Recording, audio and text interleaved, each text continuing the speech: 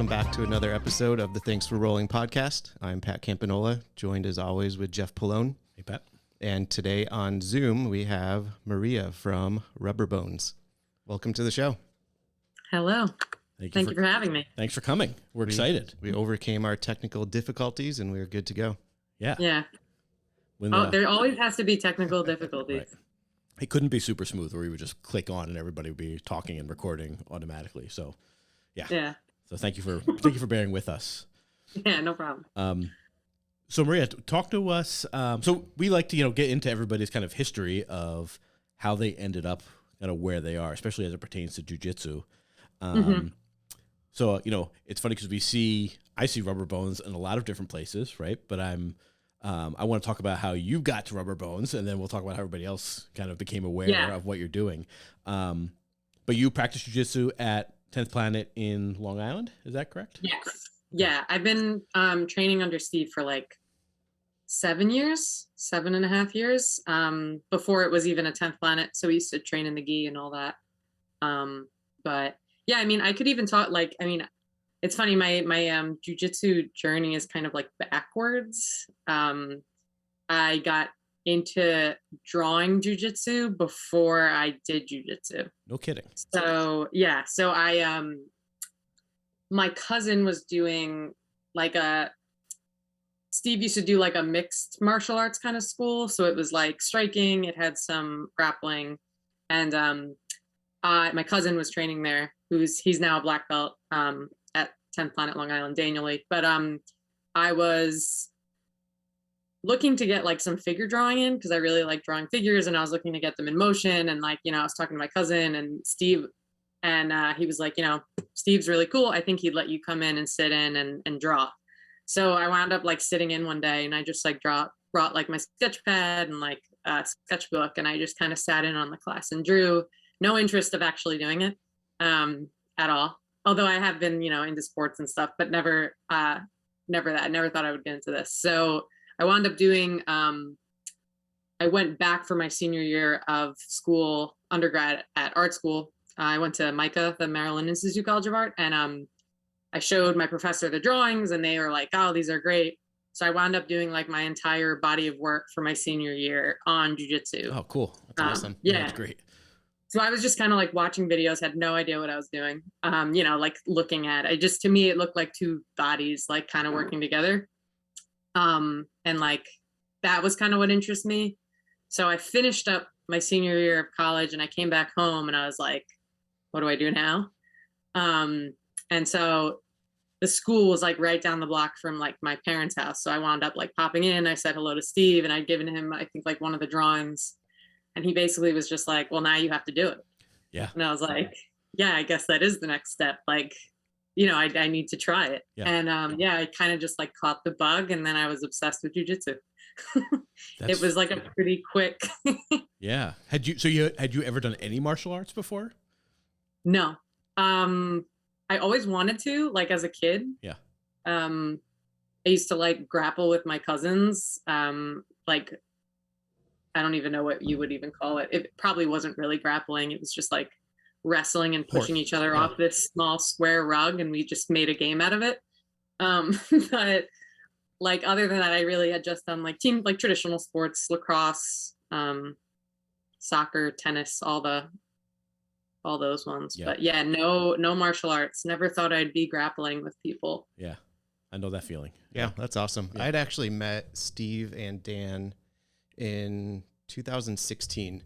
I helped organize a sub-only show in Fairfield, Connecticut, and Steve was supposed to be in it. I think he got injured like right before, so Dan filled in for him. That was the first time I remember that. Guys. Yeah, I remember that. Yeah, Radius Invitational. It's funny how small it is, right? Yeah, so Dan is my like younger cousin. Awesome.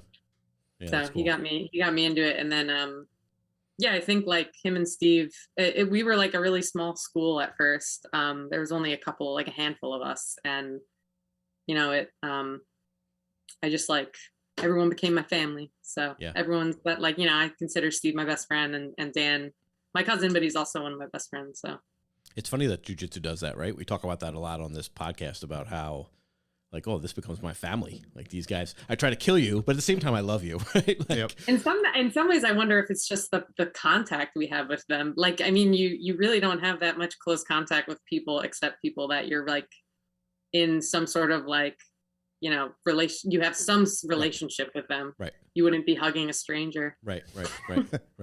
Except maybe in a competition. But even then, I feel like there's like a connection there. Yeah, definitely. After you compete with someone. You said something about when you looked at, you know, people sparring or whatever before you actually started, you looked at it as like two bodies working together. Does that influence how you learned jiu-jitsu, you think? Like seeing the figures in unison like that?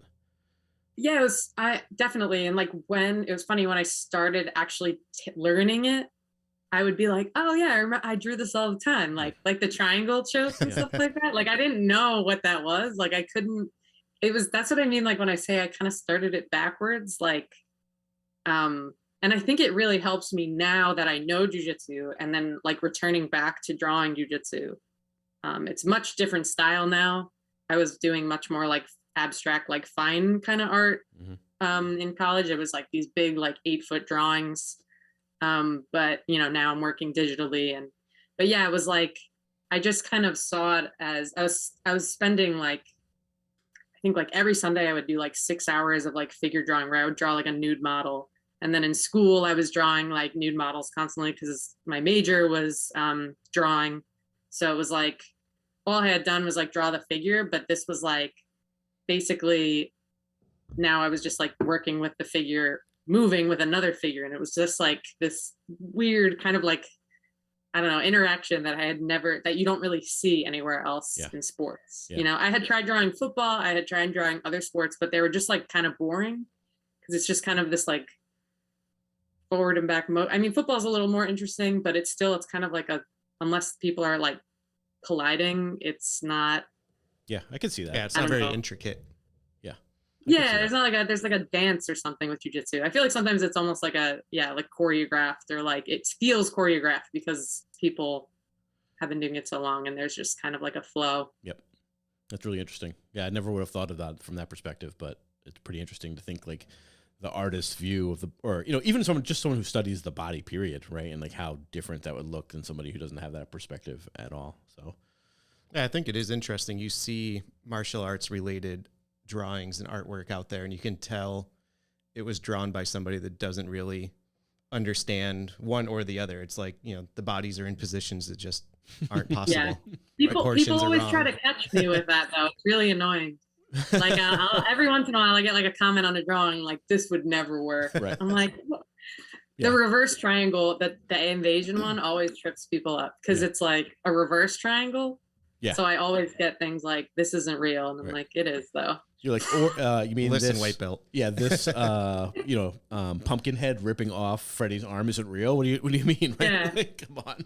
Oh, there was a long time ago. I did this drawing of it was Beauty and the Beast, and I did like Belle doing like a flying armbar on the Beast, and like people were commenting like, "Why isn't her dress falling down?" I'm like, "What?" Get over it. Get over it. That's so it's a funny. cartoon. I'm not like drawing an X-rated like. Right. Oh, I don't so know. funny. It was but people love like trolling on that stuff. Yeah. We've interviewed a couple people who have like, well, one person in particular, I guess, who has like a significant like online presence. And he said the same thing, like the trolls, like the people will just get on your case for like the most minor thing just so they can, right? So I'm sure like as you put art out there, it's even worse. Like, yeah, it used to give me a lot of anxiety. Like I would put something out there and I would like be beat red for like an hour. Just like, and I would just wait. Like I'd be like, oh, the trolls are gonna come, gonna rip me apart. Right. And it's funny. Like now I kind of laugh at it because it's, you know, it's a drawing. Like it's, you know, it's not real life. So it's, yeah. Yep. I had to get over. I definitely got over that a little bit. I still get a little nervous when I post like a new drawing, but not like how I used to. Yep. Hit post before you go to bed and dread looking at your phone in the morning. Right. Yeah. It was or like every comment I'd be like, please don't, you know. Yeah, that's fine. So how long ago did you start actually jiu-jitsu? How long have you been training? It was weird because like I started in 2013 So I guess that's almost 8 years. Yep. But with COVID, I was actually living here at the time, and my parents are like high risk, so I wound up not training for almost like a year. Yeah. Which I trained like a little bit. I would find like a partner, and we would like. I had one training partner for a little bit. We like trained in the garage, and like we did like the 10th Planet warm up stuff, and we kind of like used that as like a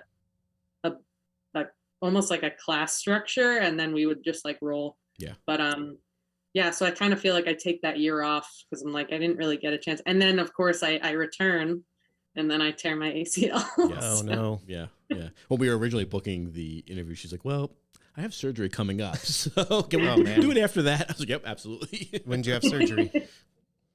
Yeah. What'd you say? When did you have surgery? Was it? When did I have surgery? Recently? Yeah, it was the 19th. So it was about a little over 2 weeks ago. So yeah, I was on like painkillers for like a week. So I was like, I probably shouldn't do it then. Yeah. How long are you going to be laid up for? Do you know? I'm hoping I can start driving like next week-ish. Yeah. I just got to get rid. I have like a lot of swelling right now. So it's like, I got to get rid of the swelling because that's kind of the thing that's, I feel like, preventing my knee from bending well. Yeah. Yeah. So once that's gone, I'm hoping. And then like, I mean, they say like at 3 months, you start to feel really good. And that's like the part where they're like, don't go back to training. Yeah.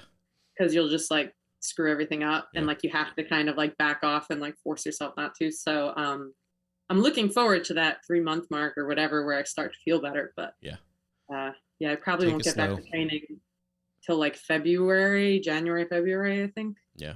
Do you miss it? Oh yeah.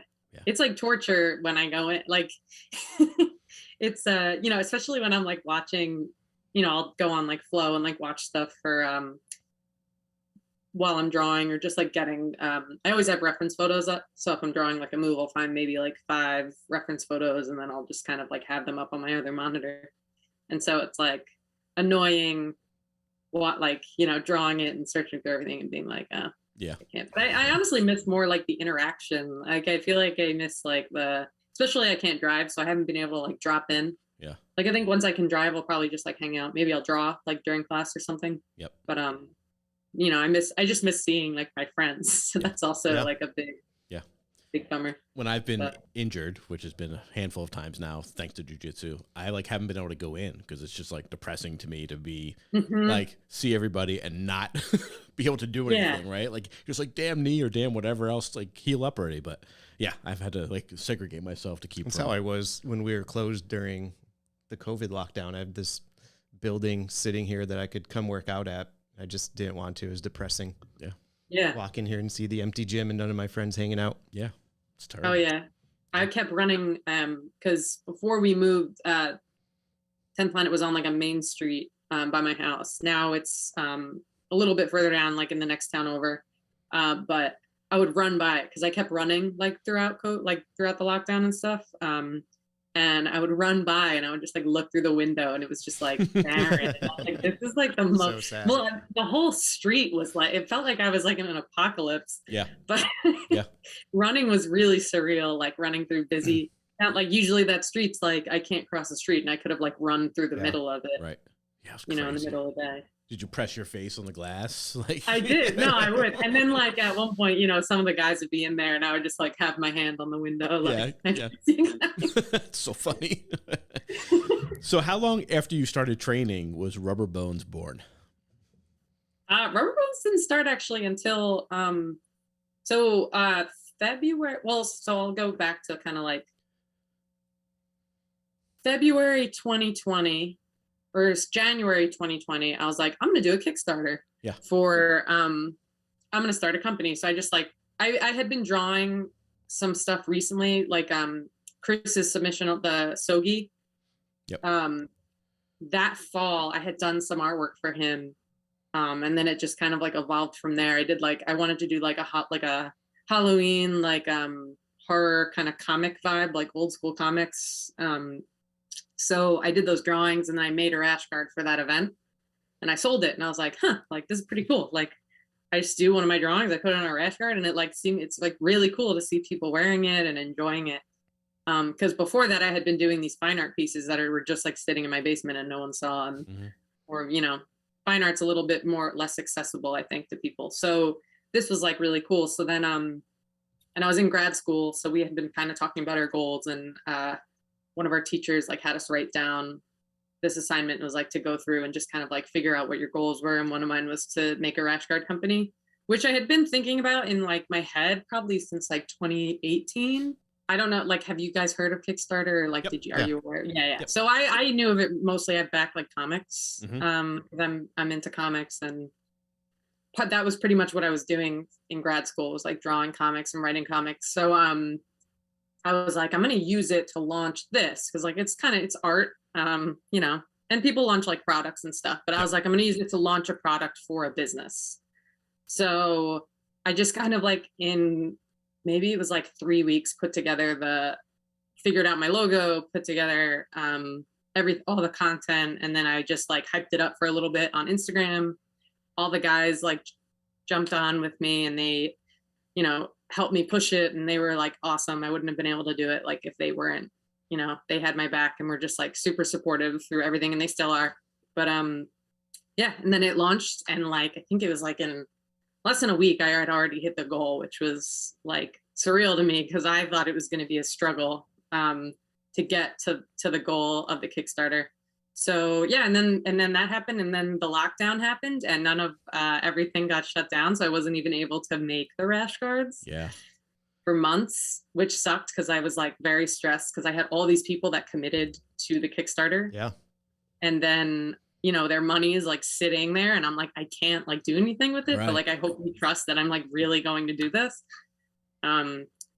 So yeah, that was like stressful. But then the guy I work with is really awesome, and he once they were able to make them, they started up production, and I got them out that summer. It's very cool. Yeah, it was a good experience. I really liked I liked doing a Kickstarter. Like I think at some point I'll probably do one for a comic in the future, but right now I'm kind of focusing on Rubber Bones, and then I'll probably maybe see if I have time to do that, because it is very time consuming. I forget how I'm looking at my audio, just making sure I'm actually recording over there. Am I? Yeah. Okay. Yep, we're good. I forget how we started talking about Rubber Bones. I know we had both seen your most recent Halloween rash guard, right? And I think we both like saw it at the same time, and we're like, oh, we should order these.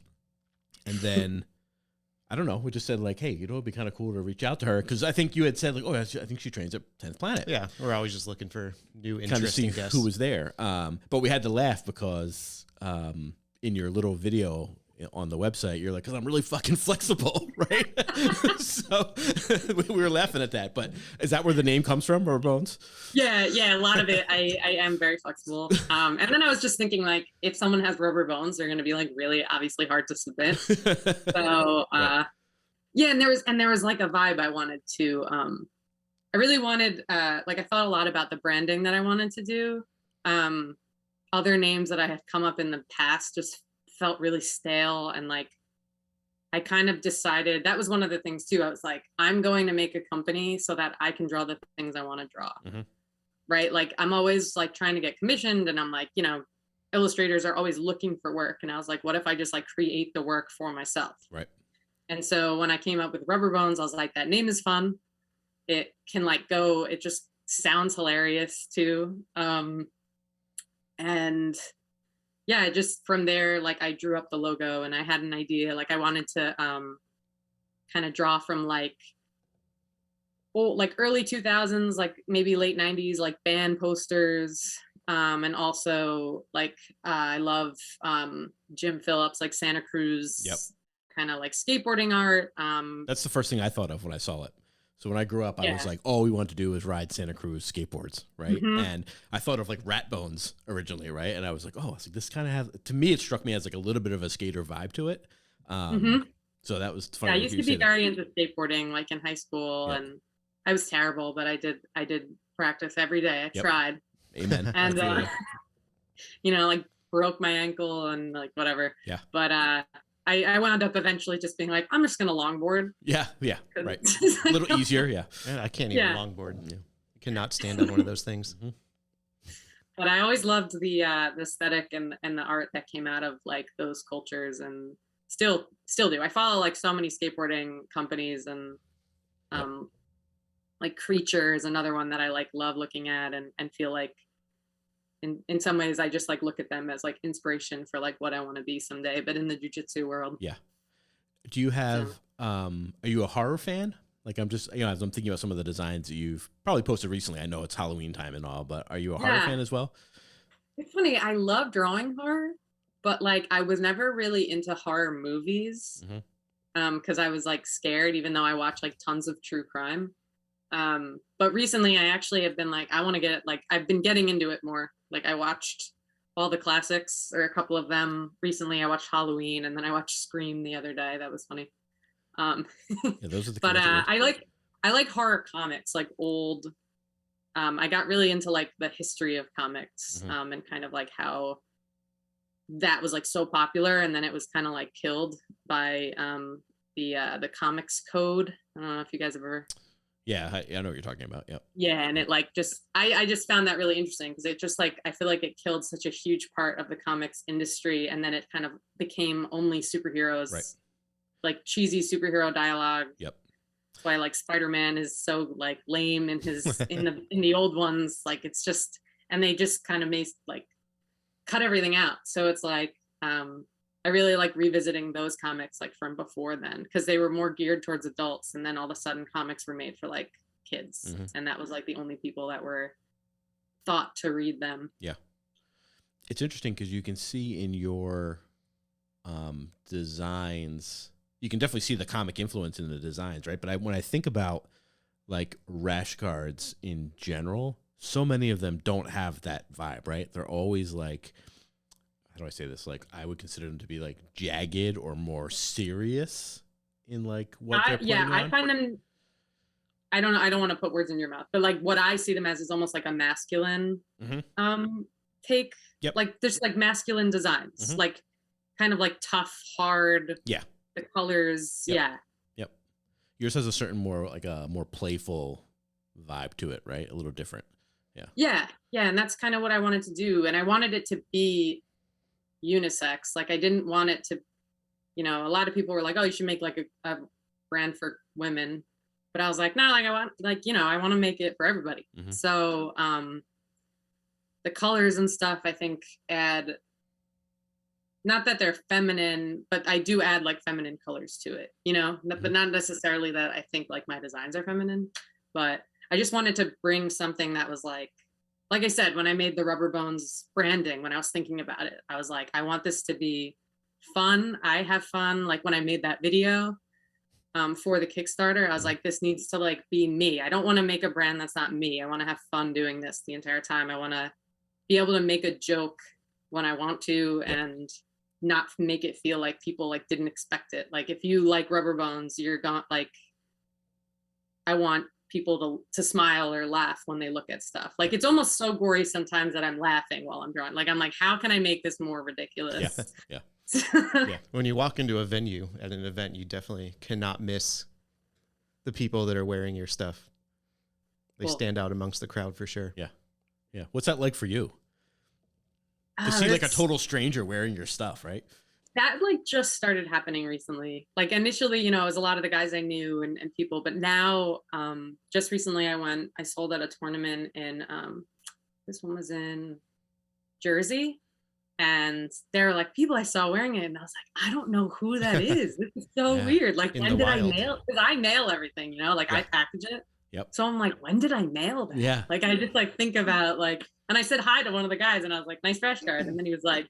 He like looked at me weird, and then he was like, "Oh, it's you." That's awesome. Yeah, that's great. People also a lot of times assume I'm a man, like because if they don't like read the bio, so I get a lot of like messages that are like, "What up, bro?" Like you're. Oh, really? That's funny. Oh yeah. That's really Eddie funny. Bravo thought I was a guy, so then when I went to the headquarters, I was like, I went to take a class over the summer, and I had messaged him to let him know that I was coming, and he was like, "Oh, like love your designs, bro." And then I went in and I was like, I'm Rubber Bones. And he was like, you're Rubber Bones? And I was like, yeah. That's hilarious. So it's fun. I had a laugh. I love that. Like, I like surprising people. So We might have to pull that clip out for Eddie on this. I mean, well, make a clip out of that. I mean, we've had a couple Eddie references in the last couple of podcasts that we're pulling out for the sake of him. That's great. And I've seen like Rubber Bones showing up in a couple. I think maybe you posted it, right? But it was like some sponsorships, right, for some not just competitors, but like actual events, right? Like getting the name out there. Yeah, Emerald City. Yep. In I think that's December 4th. And then I did the one that they did. I can't remember what date it was. I'm blanking.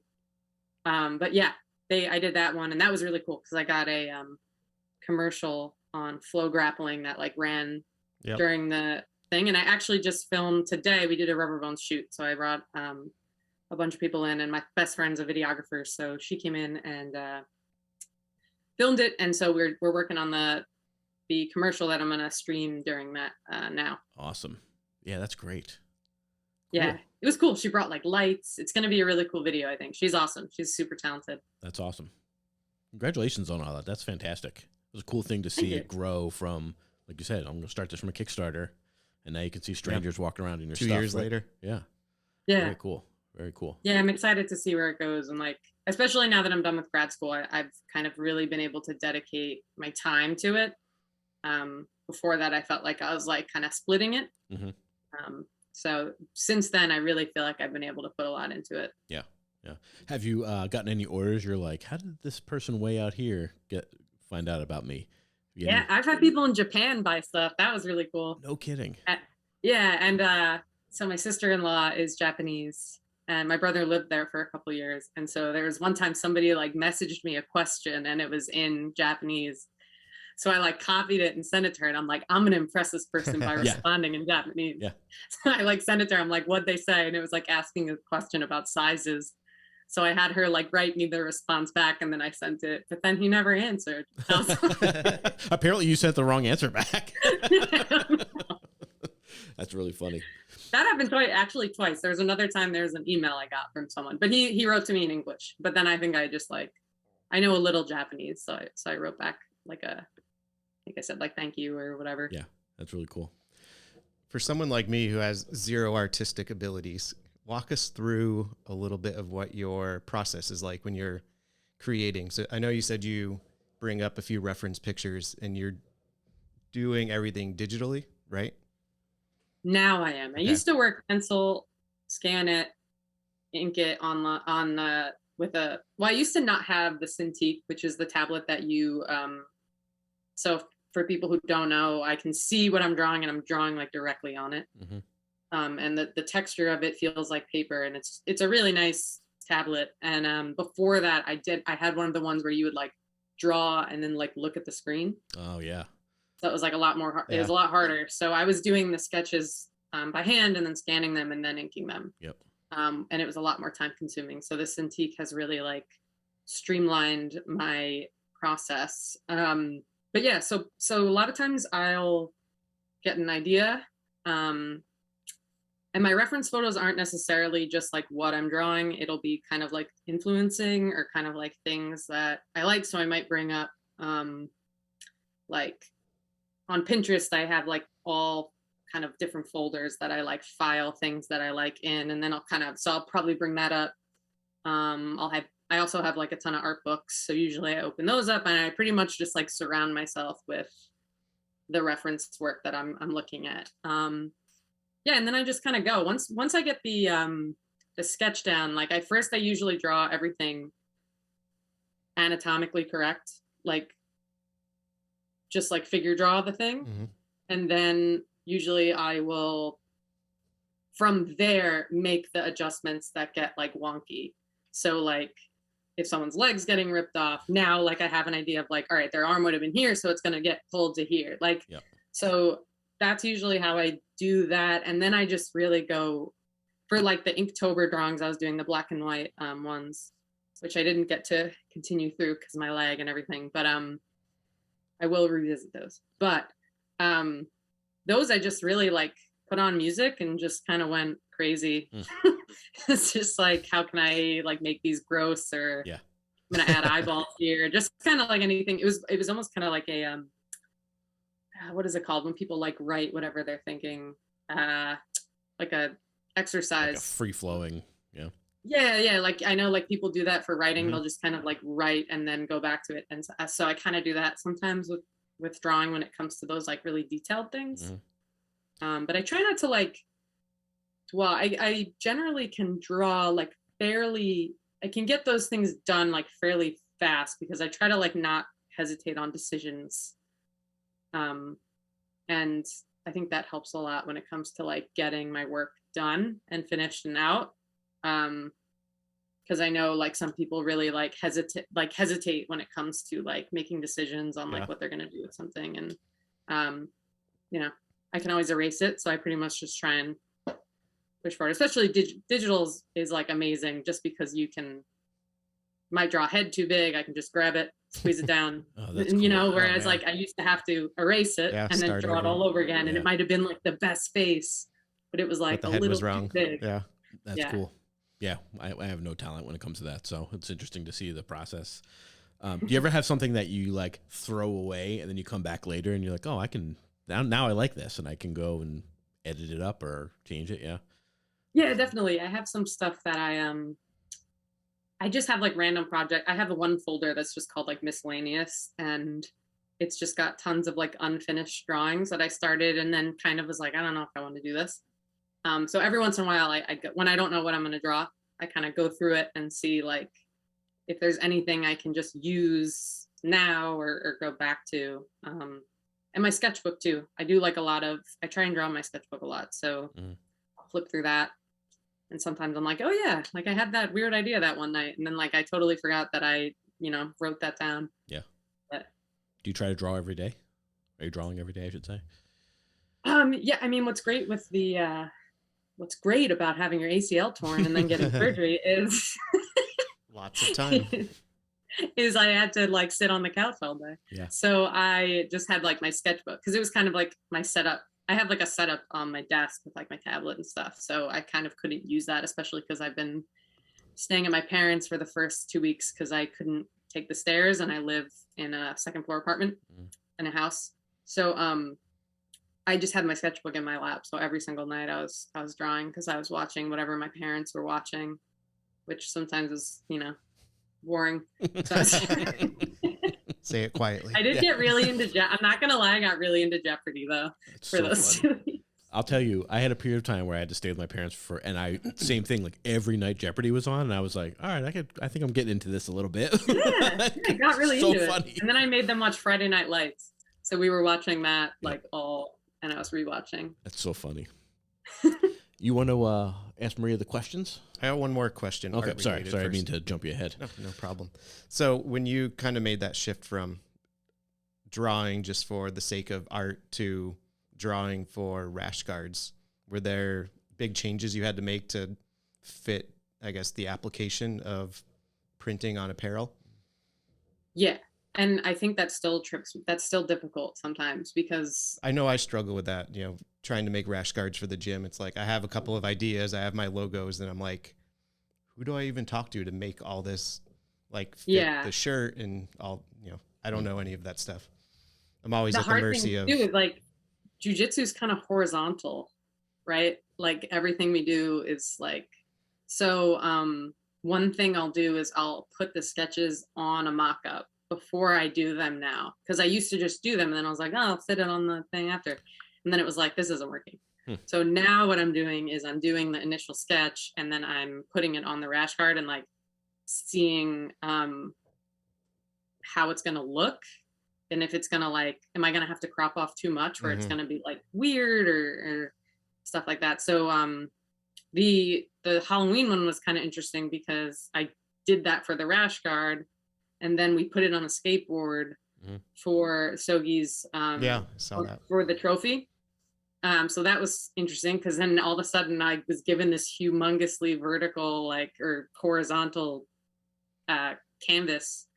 And I had to figure out now again, like how to crop this onto there. Because everyone's always like, oh, this would look cool on the skateboard. And then I like go to put it on a mock-up and I'm like, it'd have to be like this big. Yeah. Because it's like so long. Yeah. And if I blow it up, then like most of it disappears. So Yep.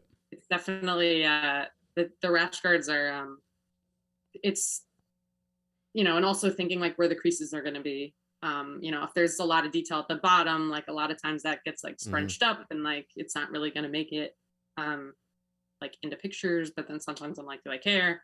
So yeah, there's a lot of thought, I feel like, with it. And then you have a manufacturer you work directly with? Yeah. Yeah, and he lives on Long Island, and then his family owns the manufacturing thing. So I work with him and he sends it overseas. So it makes it easier because I can just like, I feel like have a messenger who like, I'm like, tell them to do that, like, make sure they do this. And I've done it both ways. It's stressful. I've worked through the messengers, and I've also worked directly with the people overseas. It's frustrating sometimes, but I've learned to figure out like a system to get, like, I've kind of created like a what do you call it? Like a print sheet almost of like the mock-ups. I have specs, I have notes, and I send them that, which kind of like tells them everything that I want. And I think like they're really good at like keeping the placement true to like where I requested, and the color is really big for me because the color with my illustrations is like really important. So if something gets like off, so they send me, I have them like send me photos of everything. They do a test print, and sometimes I'm like, it's too pink. So then like we gotta, adjust it a little bit, but so they're good with that. It works really well. Oh, that's cool. Awesome. Yeah. So, back to Jeff. One of our favorite questions to ask people is, since we talk to a lot of jiu-jitsu and MMA people, if you were to have a walkout song, or if you have had a walkout song, what would you pick? Oh man, I've thought about this so many times, and it changes. It always changes. Yeah. I can't answer the question for that exact reason because it would be something different every single time someone asked. Like I'm trying to think about what I'm listening to right now, and I'm like, that would never work as I've been listening to a lot of Kimbra. I'm like, nah, I don't think she would be. Well, you'd be surprised at some of the answers people give. We've like had the whole spectrum. We've had everything. Yep, we've had everything. I feel like I would want to pick something weird, I wouldn't want to, like, I feel like I could easily just go to like a Drake song or something because I love Drake, but then I'm like, no, I want to do something like obscure. Yeah. That like that shouldn't be my walkout song. Probably, actually, it'd probably be something like the Misfits or some sort of like old school punk. Yeah. Yeah. Yep. Like that. I feel like that is more me. Yeah, that's awesome. Well, you can't go with something too common because someone before you could have already used that song. I've seen that a lot of times. Yeah. Yeah. Like, you don't want two people walking out to the same song in the same event, right? It'd be ridiculous. Go to super fights in Boston and see how many people walk out to shipping up to Boston. Right. Right. Yeah. Yeah. We've asked people a lot. We've gotten a lot of different answers on that question for sure. Some people want to get pumped up. Some people want something that will chill them out. Something weird, something the crowd's going to like. Yep. Something they're going to laugh at. Yep. So we're keeping a running list, and we're going to make a playlist for the gym of all the songs that people are giving us. Songs? I like that. Yeah. So eventually you'll have to pick a specific Misfit song so that I don't pick it for you. We'll figure that part out. What do you tell people when they ask what you train in? Like, what is this thing that you train? I've been getting that question a lot at PT, as everyone initially. I was just talking to some of the guys at the shoot today because it's like, how'd you tear your ACL? Yeah. And they'll be like, soccer, and I'll be like, no, jiu-jitsu, and they'd be like, you kick somebody? Yeah. I'm like, there's no kicking. Yeah. I usually just say it's grappling on the ground. Yep. And then I will say, do you ever watch UFC? And then if they say yes, I'm like, when they go to the ground and they like try and break each other's arms and legs, I'm like, that's what I do. Yeah. Minus the punching. Right. See, she has a pretty good answer. Yeah. Pat and I are always like I was telling him today, I was on a video call for work and I had a 10th Planet t-shirt on.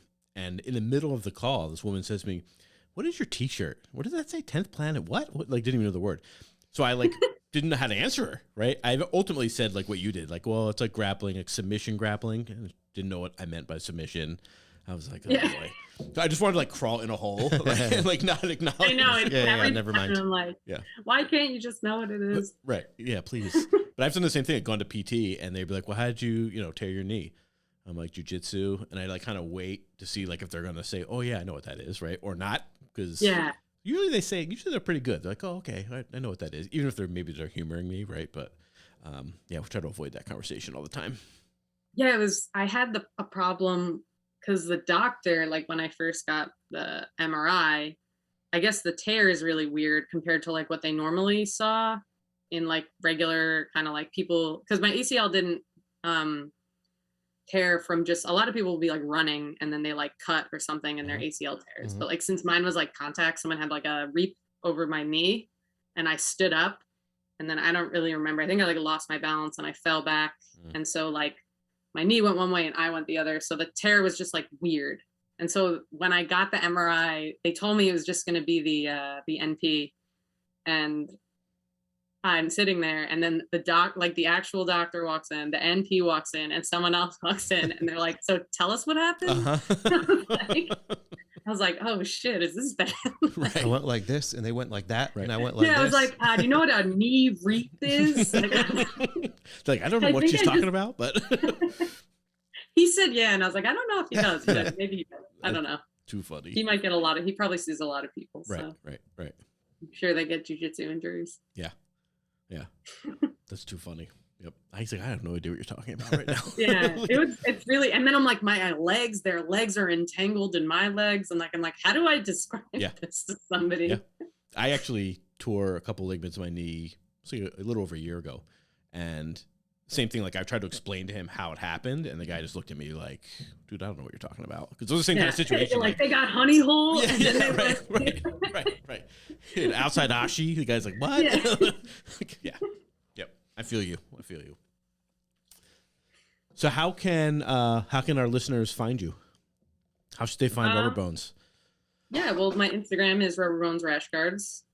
And then if you want to follow my personal account, I have that in the about, which is Maria Schweitzer. I post more like my comic stuff on there. Sometimes I post Rubber Bones, but sometimes it's annoying to post like on both places. So I'll usually stick to my comics and my illustration stuff over there. And then, but you can find me there. I'm on Twitter, but I'm not really on Twitter. I find Twitter to just kind of be depressing. Yeah. So I stay away from it. Yeah.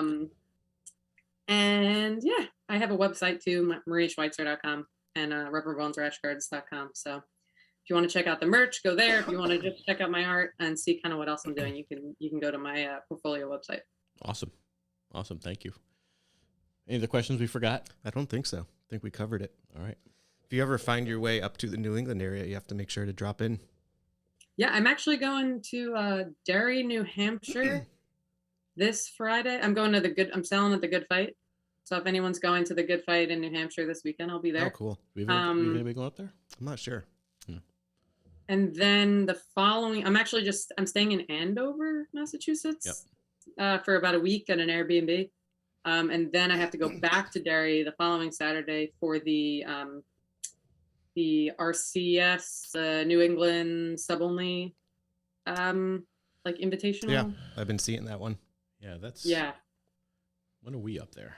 We are up that way 2 the weeks. 19th. Yeah, so we miss you by a week, I think, because we'll be out. Oh, man. Yeah, we just miss you by a week. Just stay another week. I know Chris has a match at Enigma. Yes. Yeah. That'll be exciting. Yeah. What, are you guys going to be at Emerald City? You guys ever go down to Jersey? No. Not That's yet. a fun one. Not yet, at least. Not yet. So that event was really great. Sam put on like a really fun event. I watched both of them online. There was 2 really good events. Yeah. It was fun. I had a lot of fun going there. Enigma is going to be our first attempt at taking the podcast on the road. So cool. If it goes well, maybe we'll expand our horizons. Yeah. We know, I think each of us know some competitors, so that'll be good. And then PJ's coming out the next day for a seminar. So kind of just all fit together for us. So cool. We'll give it a shot and then we'll see what happens. So, yeah. Cool. That's fun. Yeah. Should be a good time. We're looking forward to it. Yeah. If we figure out anyone's going to the Good Fight, we'll make sure they stop by and say hello. Yeah. We'll send them, for sure. We'll send them your way. Awesome. Yeah. I won't be able to really walk around. So I'm going to have to sit and sell. Send them to you. That's right. Yeah. That's right. Alrighty. Maria, thank you so much for your time. Yeah, and thank you for having me. thank you for all your work. 'Cause, you know, it's cool to see and it's cool to wear. So yeah, we have your Halloween print on the wall behind you can't us. see it. Over here. Maybe you can see it this way. Let's see. Can you see? Oh no, I'm blocking it, aren't I? There it is. Right. Ah, cool. Right there. There it is. We were psyched when we got it. We're like, oh, good. This can go perfectly in our studio with the rest of our art that we have. So, Sweet. yeah. Yeah, thank you guys, and thank you for like appreciating what I do too. It means a lot when people reach out to me and appreciate all my stuff that I'm doing. So yeah, Absolutely. we love supporting cool stuff. Yep. Absolutely. Cool. Thank you. Take care. Heal up well. yeah, thank you. All right. Take Bye. care. Bye. Bye.